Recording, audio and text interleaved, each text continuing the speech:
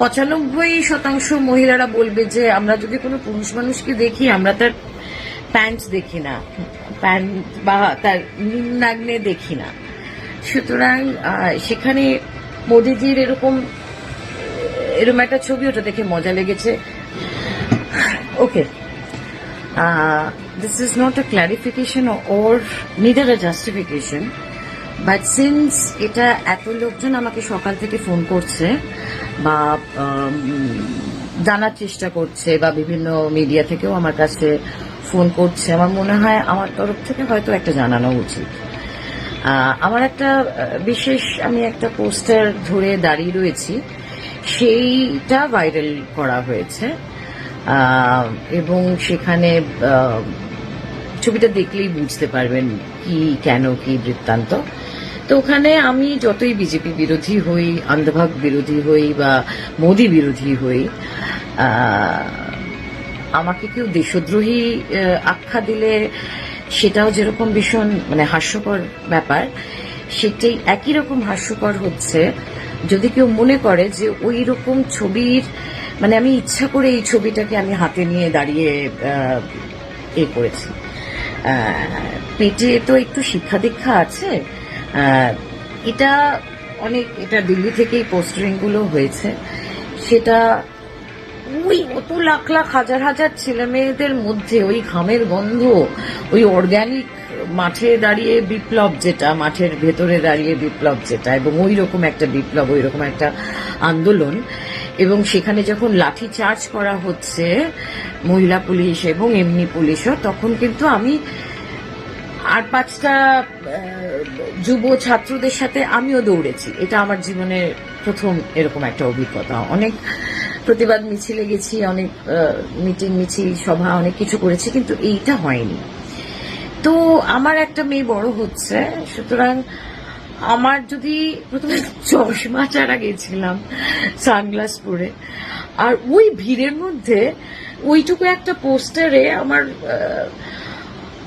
Modiji below the বেল্টের দিকে আমার চোখটা যায়নি। কি করবো বলুন তো? একটু জেনারেলি মেয়েদেরকে জিজ্ঞাসা করবেন, শতকরা 95% মহিলারা বলবে যে আমরা যদি কোনো পুরুষ মানুষকে দেখি আমরা তার প্যান্ট দেখি না, প্যান্ট বা তার নিম্নাগ্নে দেখি না।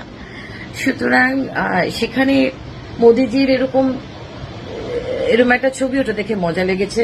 ওই কতগুলো ছেলে যাচ্ছিল, তারা প্রতিবাদে তারা পোস্টার করেছে, ছবি তুলতে এসেছিল, পোস্টারটা হাতে নিয়ে ছবি তুলেছে, আর দেখিও নি পোস্টারটাকে ঘুরিয়ে, সময় ছিল না কারণ পুলিশের লাঠিচার্জ হচ্ছিল।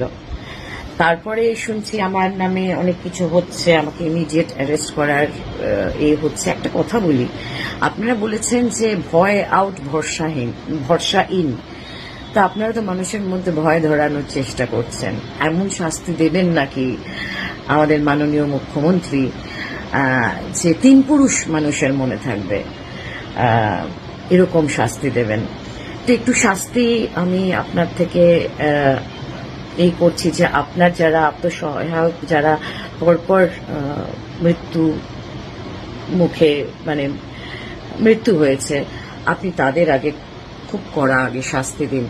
তারপরে আমাদের যারা আন্দোলনকারী বা আন্দোলনকারীদের সাথে কিছুটা হলেও যুক্ত হয়ে নিজেদেরকে একটা ঐতিহাসিক আন্দোলনের সঙ্গে থেকে নিজেদেরকে ধন্য মনে করছি, তারপরে আমাদের শাস্তি যদি মনে করে থাকেন, আমার হয়তো তলার দিকে, এরপরে আমি বলে দিচ্ছি, পুরুষ মানুষের যে কোনো কিছু হলে আগে নিচের দিকে দেখব, তারপরে তার চোখের দিকে তাকাবো বা তার কথা শুনবো। সুতরাং আমার মতো মানুষ যারা ধৃতিমান, আমার সঙ্গে যিনি ছিলেন, অভয়া মঞ্চের যারা দেখেছেন তাকে, he is one of the four runner amongst many.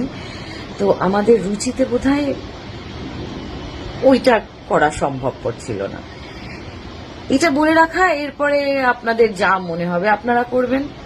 আমাকে যদি অ্যারেস্ট করার ইচ্ছা হয় করবেন, আমাকে ফাঁসিতে চড়ানোর ইচ্ছা হয় চড়াবেন।